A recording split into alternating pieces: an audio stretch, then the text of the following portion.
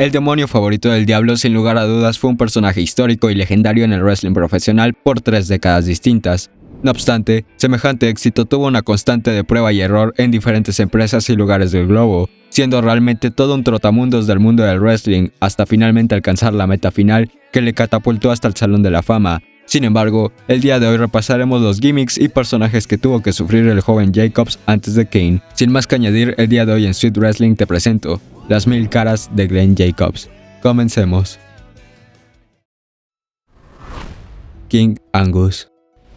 Tras ser un trotamundos también en la vida, abandonó el trabajo como profesor para incursionar en el wrestling en 1992, debutando en San Luis bajo el nombre de King Angus. Este breve paso fue tan fugaz y local que el personaje no se encuentra en internet. Al menos entre los rumores que leí y claramente lo que no pude encontrar, se dice que constaba de una playera negra y tenía un estilo oscuro o emo, como los internautas prefieren referirlo. Al final del día era solo el inicio. ¿Árbol navideño? En los años venideros, la USWA se interesó por sus servicios y para finales del mismo año estaba personificando el siguiente personaje. Sí, en el subtítulo me refiero a él como Árbol Navideño, y es el mismo nombre que con el paso de los años le terminaron dando a este personaje, pero técnicamente era presentado bajo el argumento de ser una criatura navideña. Y es que mezclaba todos los elementos del cuerpo completo que abarcaba los caramelos, el árbol, las serpentinas y los colores. Dentro de todo ese caos, la criatura lució imponente usando el chokeslam como finisher y masacrando a su rival por momentos. Pero bueno, tampoco es que se le pueda sacar mucho provecho a lo que sea eso. Glenn asegura que aquel traje se lo fabricó su madre y se encuentra en la casa de sus padres en alguna parte del ático. Doomsday. A continuación, Glenn Jacobs cambió su personaje al de Doomsday, el típico gigante que normalmente es un segundón de la programación, pero creo que lo que es verdaderamente preocupante es que si crees que el casco de Karrion Kross era ridículo, me parece que nunca conociste a Doomsday, un gigante que lejos de parecer imponente parecía que buscaba incitar ciertos fetiches, constando de una máscara de cara completa, que apenas permitía la visión de los órganos visuales y unos agujeros salteados que permitían la comunicación, aunado con un calzón negro que encajaba con las correas que rodeaban su cuerpo y cuello. Dentro de todo, por el buqueo de esta promoción en general era bastante peculiar en cuanto a la fabricación de sus personajes. La realidad es que el Doomsday sí lucía imponente en la programación, a menudo luchando en desventaja contra 2 o 3 oponentes y saliendo vencedor. Fue de cierto peso su papel que llevó a Puerto Rico bajo este personaje y era presentado en otros lugares que requirieran un gigante, ciertamente exitoso para lo mal personaje que era. Una Bomb. Siguiendo en 1995 tenemos el personaje que debutó en la Smoky Mountain Wrestling de Jim Cornette, que respondía como Una Bomb.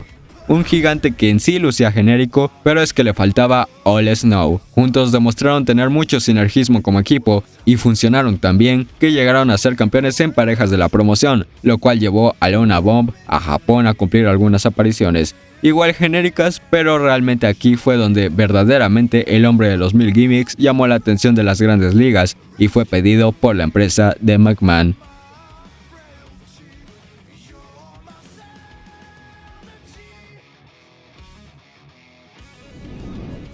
Isaac Yankem.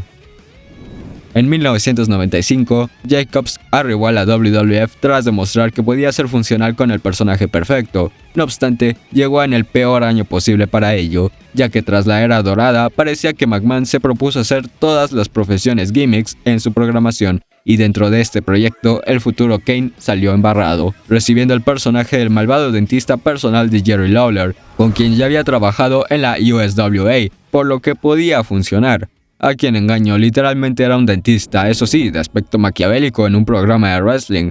Fuera de fortalecer el personaje rudo del Rey, la realidad es que era un pésimo primer paso y duró muy poco tras perder una rivalidad contra Bret Hart. A continuación, lo sacaron de televisión.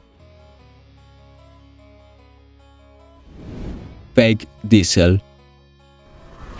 La regla no escrita del wrestling se cumplió cuando después de unos meses de ausencia, más específicamente para septiembre de 1996, el residente de Knoxville regresó a la programación, pero si el anterior personaje era malo, este era peor, Y es que WWF, en su desesperación por ver cómo todos abandonaban el barco por la WCW, quiso hacer como que esto no sucedía y buscaba reemplazar a los luchadores para mantener los personajes, tratando a su audiencia como estúpidos, cuando presentaron a un fake Diesel y a un fake Razor Ramón.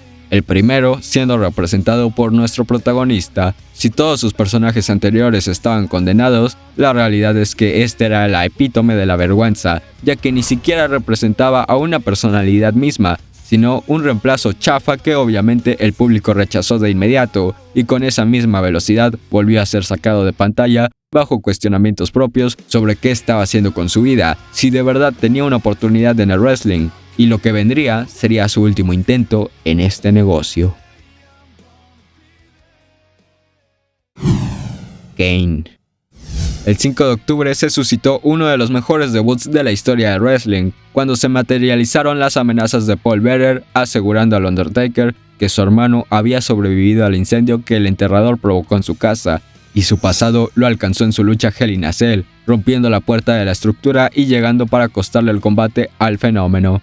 Kane había debutado desde lo más alto, poniéndose inmediatamente en los planes estelares bajo su nuevo personaje, la némesis del Undertaker, teniendo los poderes de quemar a la gente, desaparecer a su merced y ocultar todas las quemaduras del accidente bajo una máscara. Venía a por la venganza en contra de su hermano de cara a WrestleMania. Aquí aplica la que, como dicen, el resto es historia. No obstante, naturalmente tras llegar a ser campeón mundial de la federación y unos buenos años como main eventer, de a poco la hegemonía y protección hacia el personaje se fue perdiendo por parte del equipo creativo, al punto de que para el nuevo milenio ya estábamos hablando de los Ken Knights y esa alianza rara con X-Pac. Ante esto, el personaje del demonio favorito del diablo había perdido toda esa esencia estelar más allá del renombre, por lo que había que cambiarle el enfoque.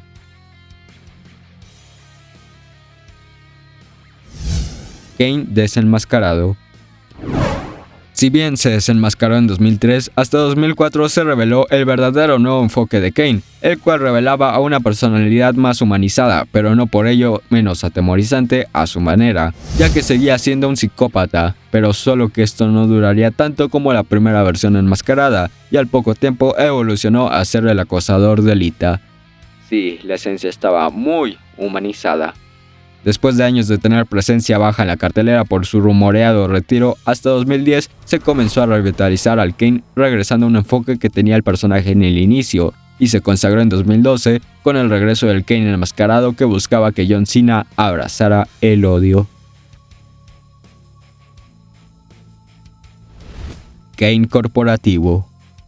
Finalmente llegamos al último personaje y la razón por la que no se detuvo el video en 1997, y es que para 2013, tras una rivalidad con la familia Wyatt, Kane regresó a la programación ofreciendo sus servicios a la autoridad, entregándoles la máscara del personaje para encerrar al demonio. De este modo, convirtiéndose en el Kane corporativo, vistiendo de traje, luchando con pantalón y zapatos de vestir, siendo uno de los dos gigantes que salvaguardaban a Seth Rollins en su papel del protegido de la autoridad, siendo una sombra total de lo que alguna vez fue, aunque por primera vez justificado, en que el personaje estaba apoyando el talento joven. Afortunadamente para 2015, regresó el demonio favorito del diablo a tener un último run como personaje más exitoso, para de esta forma culminar su carrera de manera más honrada.